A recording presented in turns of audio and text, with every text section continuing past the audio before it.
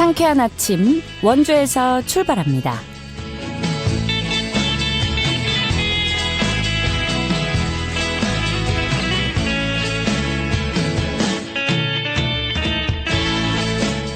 여러분 안녕하십니까? 8월 6일 목요일 KBS 원주방송국에서 보내드리는 상쾌한 아침 원주에서 출발합니다. 저는 진행의 이은주입니다. 오늘도 폭염특보 속에 찜통더위가 이어지겠습니다. 아침 기온 25도로 출발해 한낮에 37도까지 기온 오르겠는데요. 볕이 강해서 체감온도는 더 높게 느껴지겠습니다. 또 해가 진 뒤에도 더위가 쉽게 식지 않으면서 열대야가 이어지는 곳이 많겠는데요. 건강관리에 각별히 유의해 주시고요. 이번 주말에 반가운 비 소식이 있지만 이 폭염을 식혀줄 정도의 비가 내릴지는 모르겠습니다. 당분간 폭염이 계속해서 이어질 것으로 보입니다. 오늘 준비한 소식입니다. 강원특별자치도 교육청과 전국교직원노동조합 강원지부가 지난달 27일 노사관계 정상화 공동선언을 발표했습니다. 관련해서 이야기 나눠보고요. 원주시가 지역사회 인재 육성을 위한 원주 청년 리더 아카데미 운영에 나섭니다. 리포터 코너에서 전해드립니다. 끝으로 취재기자 연결해 주간 도내 문화체육 행사 소식까지 들어보도록 하죠. 8월 6일 목요일 상쾌한 아침 원주에서 출발합니다.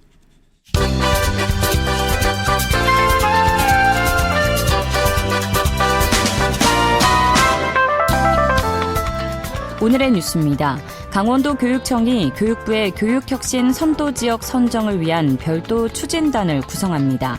추진단은 맞춤 교육 모델을 발굴하고 특례를 지원할 수 있도록 각 시군 교육지원청과 협력합니다. 교육혁신 선도지역에서는 연간 특별교부금 20억 원이 최대 5년간 지원되는데요. 현재 강원도 내 18개 시군 대부분 공모에 참여해 관련 절차를 추진하고 있습니다.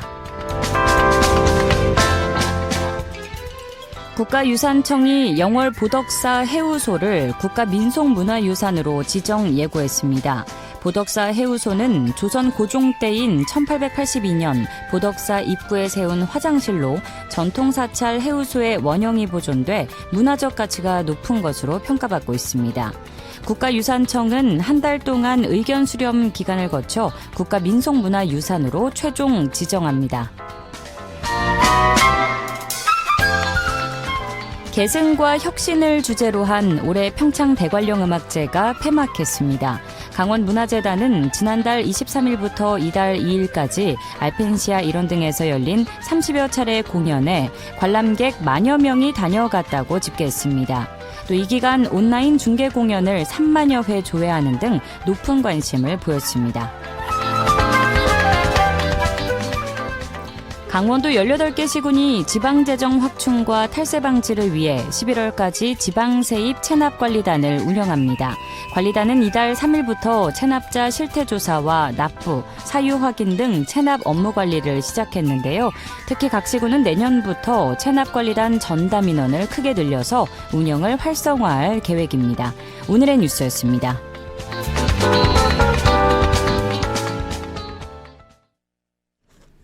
상쾌한 아침 원주에서 출발합니다. 함께하고 계십니다.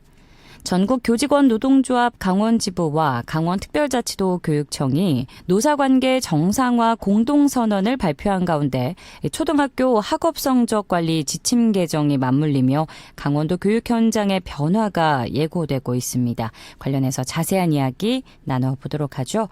전국교직원노동조합 강원지부의 엄태영 대변인과 전화 연결돼 있습니다. 대변인님 안녕하십니까? 네, 안녕하세요. 네, 지난달 27일이었죠. 전국교직원노동조합 강원지부와 강원특별자치도 교육청이 만나서 노사관계 정상화 공동선언을 발표했습니다. 자, 이번 공동선언의 의미에 대해서 먼저 짚어주실까요? 네. 가장 중요한 의미는 노사가 다시 신뢰를 바탕으로 대화와 교섭의 원칙으로 돌아왔다는 것입니다. 예. 24년 10월 전임 교육감 시절 단체회담 실효 통보 이후에 단체 교섭이 중단되고 노사관계도 사실상 단절되어 있었습니다. 네.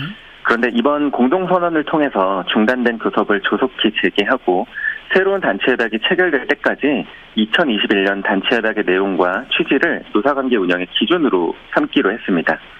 물론 노사가 앞으로 모든 문제에 같은 의견을 갖게 됐다는 뜻은 아닙니다. 의견이 다르더라도 민주적인 절차에 따라서 상호 신뢰를 바탕으로 대화와 교섭으로 해결한다는 기본 원칙을 회복했다는데 큰 의미가 있다고 보고 있습니다. 예, 사실 이 단체 교섭이라는 거는 노동조합에 보장된 기본 권리이기도 한데요. 그동안 사실상 교섭이 중단됐던 이유는 무엇이었을까요? 네. 2023년부터 단체협약 갱신과 관련된 교섭을 진행해 왔습니다. 그 과정에서 도교육청과 우리 지부의 입장 차이가 꽤 컸습니다. 입장 차이는 교섭을 중단할 이유가 아니라 교섭이 필요한 이유입니다. 예. 대화와 타협을 바탕으로 줄여나가면 되니까요. 그런데 전임교육감 시절에는 이런 입장 차이를 이유로 2024년 10월 28일에 단체협약의 효력이 끝났다고 일방적으로 통보하면서 교섭이 중단됐었던 바가 있습니다. 그러니까 결국 문제는 의견 차이 그 자체보다 이를 대화로 풀어나갈 신뢰관계가 무너졌던 게 좀 이유였습니다. 의견이 다르다고 해서 대화를 단절하는 거는 바람직하지 않죠. 앞서 말씀해 주신 것처럼 기본 원칙, 의견이 다르더라도 민주적인 절차에 따라서 대화와 교섭으로 좀 해결한다는 그런 기본적인 원칙을 회복했다는 점에 있어서 의미가 있어 보이는데, 그럼 이번 단체 교섭 재개를 통해서 앞으로 어떤 부분들을 좀 기대해 볼 수 있을까요? 단체 교섭 재개를 통해서 실제 학교 현장이 조금씩 바뀌어 나갈 수 있을 거라고 기대하고 있습니다. 네. 그러니까 이 단체 교섭의 내용에는 교사의 근무 조건과 복지뿐 아니라 교육활동 보호, 불필요한 행정 업무 개선, 그리고 민주적인 학교 운영처럼 교사가 학생에 대한 교육에 집중하기 위해 필요한 조건들을 논의할 수 있게 되어 있습니다. 이러한 논의들이 학교 현장에 반영이 되면 교사는 교육에 전념할 수 있게 되고 강원 교육이 보다 건강하고 바람직한 방향으로 나아갈 수 있을 것입니다. 네, 말씀해 주신 대로 이번 단체 교섭 재개를 계기로 좀 건강하고 바람직한 방향으로 강원 교육이 나아가기를 바라겠고요. 교육 관련 또 다른 이야기가 될 것 같은데, 지난달 강원특별자치도 교육청이 초등학교 학업 성적 관리 시행 지침을 개정했는데요. 이게 어떤 내용인지 설명해 주실까요? 네. 아주 간단하게 말하면 초등학교 교과별 성취 기준의 70% 이상을 평가에 반영하던 것을 이제 삭제했다는 내용입니다. 여기서 말하는 성취 기준이라는 건 국가교육과정에서 학생이 각 교과를 통해 무엇을 배우고 무엇을 할 수 있어야 하는지를 제시한 기준입니다. 네. 강원도교육청은 2023년부터 초등학교에서 교과별 성취 기준의 70% 이상을 반드시 평가 계획에 반영하도록 했었습니다. 예를 들어 성취 기준이 20개라면 최소한 14개 이상을 평가하도록 일률적으로 비율을 정한 것입니다. 예. 그러니까 이번 지침을 개정하면서 2학기부터는 이 70% 의무 규정이 폐지되었습니다. 그렇다고 해서 성취 기준이나 학생 평가를 없앤 게 아닙니다. 그러니까 국가교육과정에 따른 수업과 평가는 그대로 진행하되 모든 학교에 동일하게 적용됐던 70%라는 수치를 없앤 것입니다. 이렇게 되면 앞으로는 교과의 특성, 학생의 발달 수준, 그리고 학교 교육과정을 고려해서 학교와 교사가 평가 계획을 전문적으로 설계할 수 있게 되는 겁니다. 각 학교의 특성이나 학생들의 그런 각각 다른 성향, 이런 부분에 대해서 고려하지 않고 그냥 획일적으로 모든 학교에 동일하게 적용했던 70%라는 그 수치 기준을 없앤 것이라는 말씀이시죠? 네네, 맞습니다. 자, 그렇다면 이러한 지침 개정을 통해서 앞으로 어떤 변화가 예상될까요?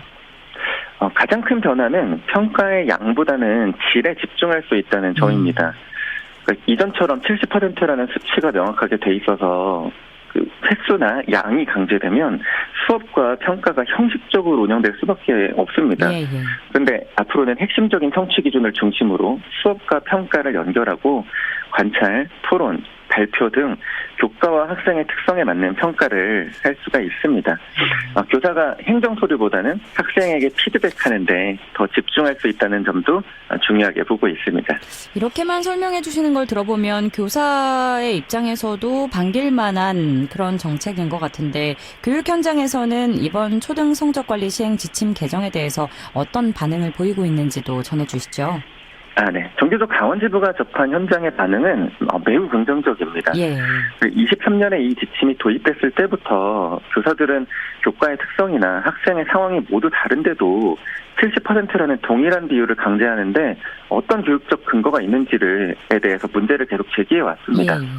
네, 평가 계획이 학생을 위한 교육 계획이 아니라 숫자를 맞추기 위한 점검표처럼 운영될 수 있다는 우려도 컸습니다. 근데 이제 이게 돌아왔으니 교사의 평가 전문성과 학교의 교육과정 운영 권한을 회복했다, 이런 의미로 받아들이면서 몹시 긍정적으로 보고 있습니다. 교육자들의 입장에서는 긍정적인 반응을 보이고 있다고 정리를 해볼 수 있을 것 같은데, 사실 일부 학부모 단체에서는 이번 지침 개정이 학생들의 학력 저하로 이어질 수 있다는 우려의 목소리가 나오고 있는데, 이에 대해서는 좀 어떤 보완책이나 대안이 필요하다고 보실까요? 물론 학부모님들께서 학력을 걱정하시는 마음 충분히 이해합니다. 다만 이번에 없어진 것은 국가 교육과정에 따른 성취 기준이나 학생 평가 이런 게 없어진 게 아니라 70%라는 행정적인 비율만 사라졌다는 것을 다시 한번 말씀드리고 싶습니다. 예. 학력이라는 게 평가 항목과 횟수를 늘린다고 자동적으로 높아지는 것이 아닙니다. 그러니까 학생이 무엇을 어려워하는지 제때 확인하고 피드백과 추가 학습을 제공하는 것이 중요합니다.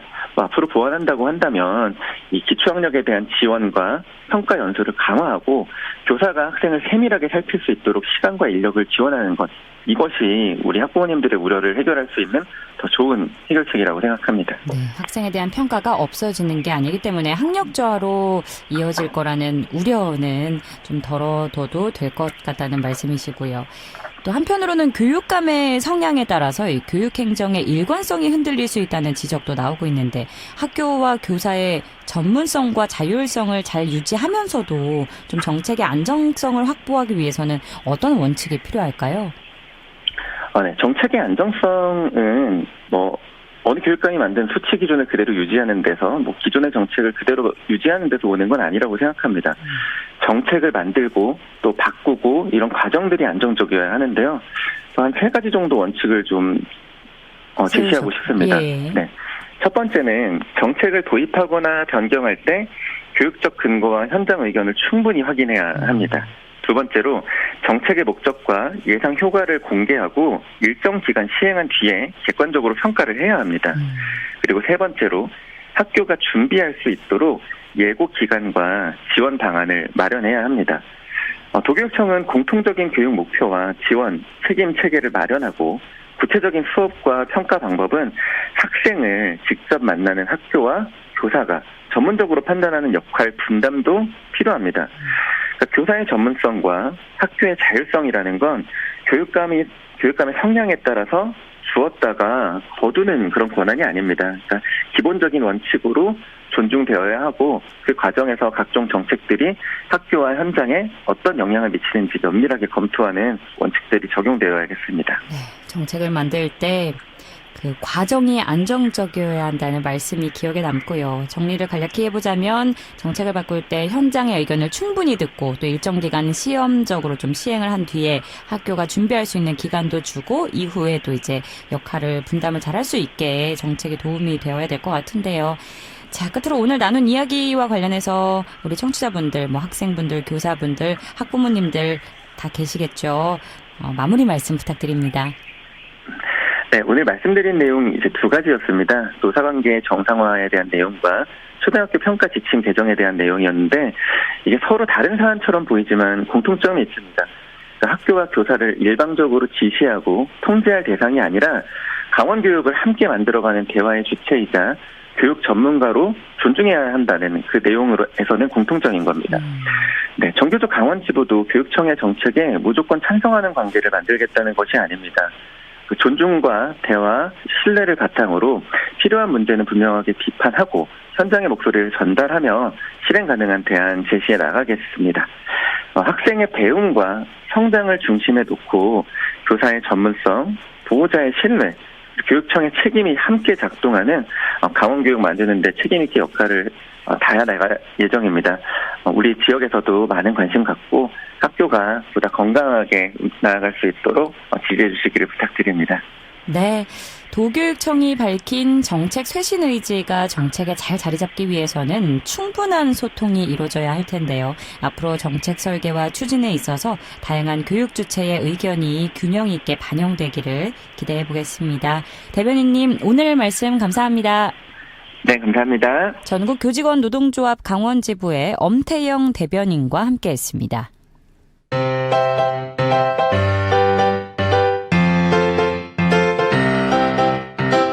KBS 원주방송국이 유튜브 다시 듣기 서비스를 실시합니다. 매일 아침 강원 영서남부권의 뉴스와 정보를 전해드리는 상쾌한 아침 원주에서 출발합니다는 KBS 원주라디오 유튜브 채널을 통해 다시 들을 수 있습니다.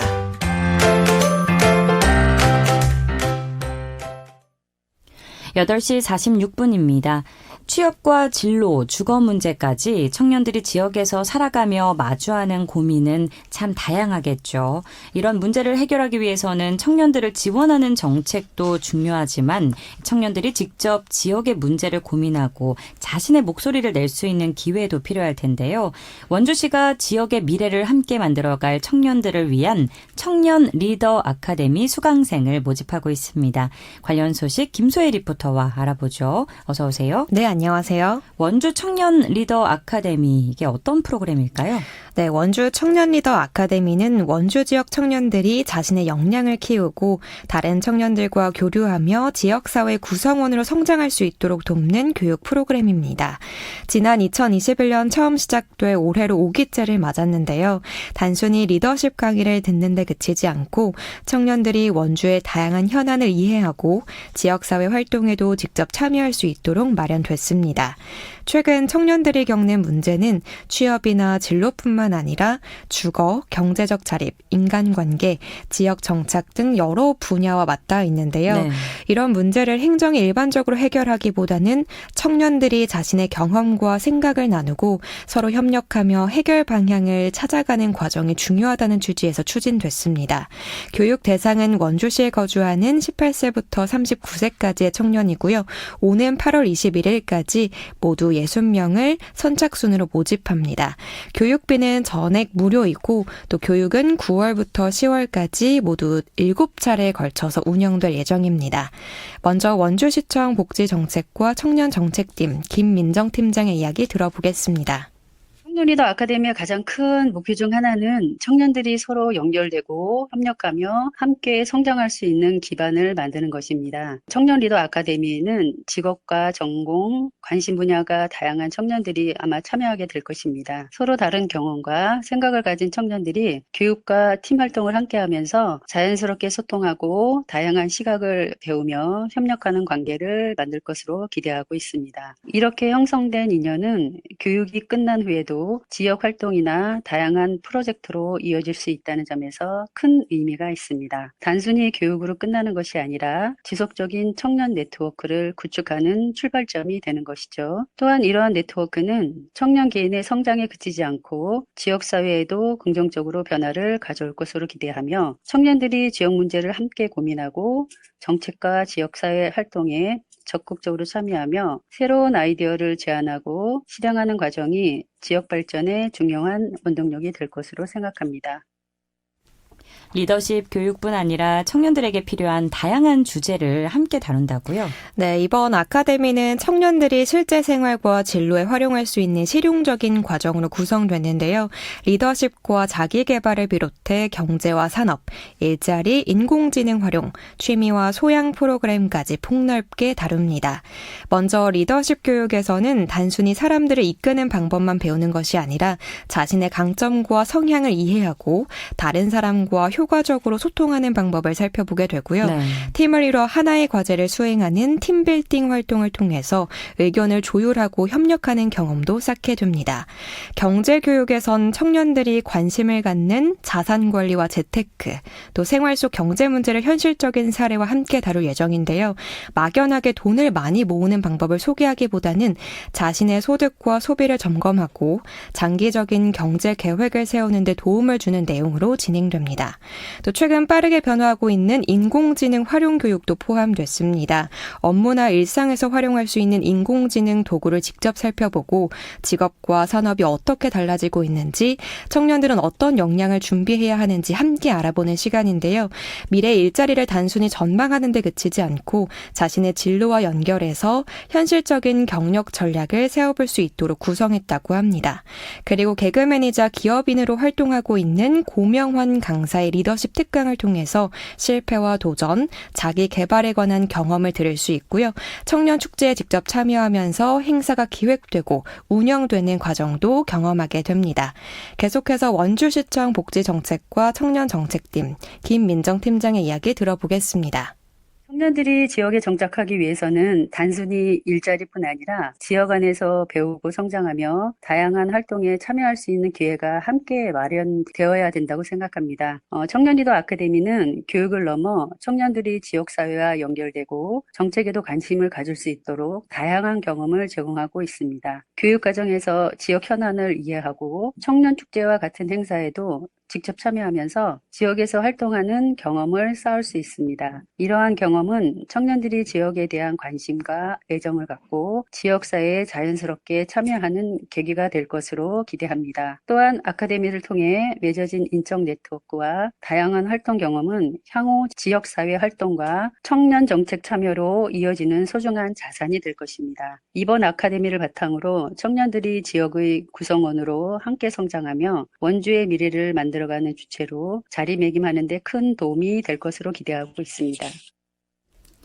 지역의 미래를 이끌어가는 리더는 꼭 거창한 자리에서 시작되는 것은 아닐 겁니다. 나와 같은 고민을 하는 사람들을 만나고 지역에 관심을 갖고 또 작은 생각을 행동으로 옮기는 과정에서 새로운 리더가 만들어질 수 있을 텐데요. 이번 청년 리더 아카데미가 원주 청년들에게 성장의 기회이자 또 새로운 인연을 만나는 뜻깊은 시간이 되어주면 좋겠습니다. 오늘도 소식 고맙습니다. 김소혜 리포터였습니다. 네, 감사합니다.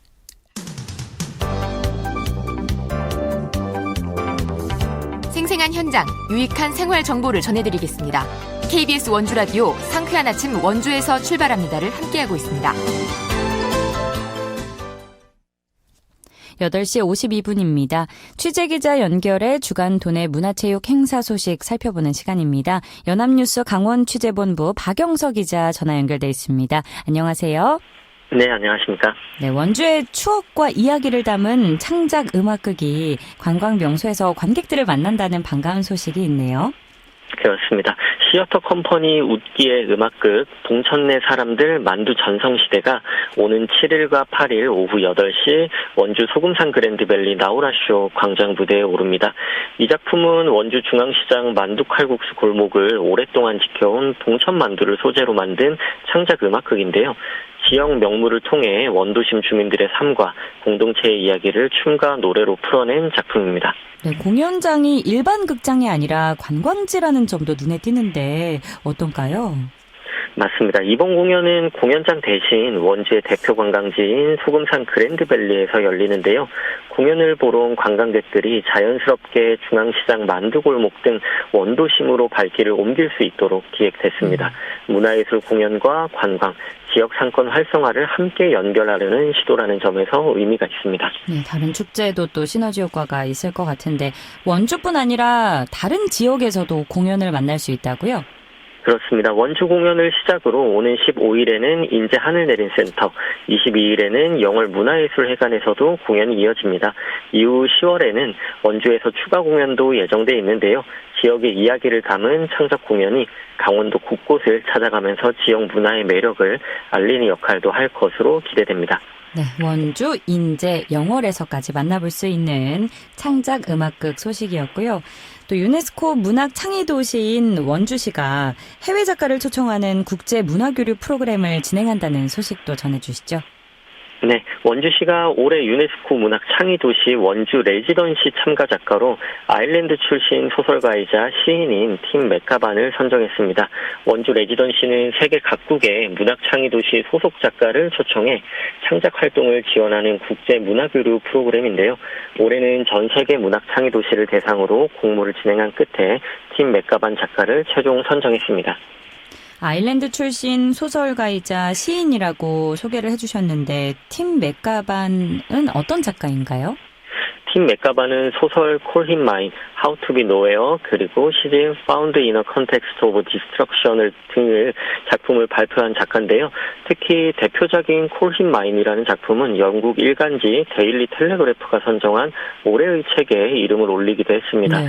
이 아일랜드 예술위원회의 문학창작 지원금을 5차례 받을 정도로 뛰어난 작품성을 인정받고 있는 작가입니다. 네, 대단한 분인 것 같은데 그러면 팀 맥가반 작가가 원주에서 앞으로 어떤 활동을 하게 될까요?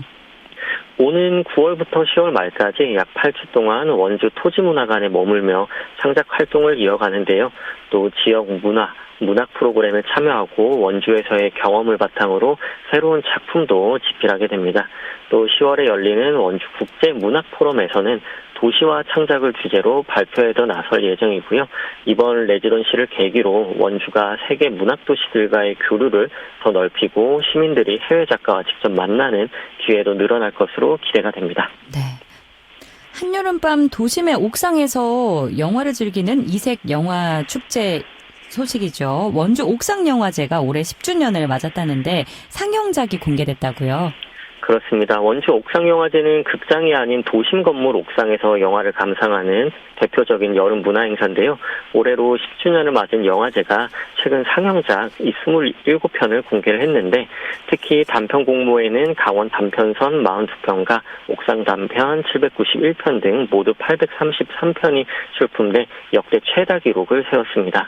그러면 올해는 어떤 작품들을 만나볼 수 있는 건가요?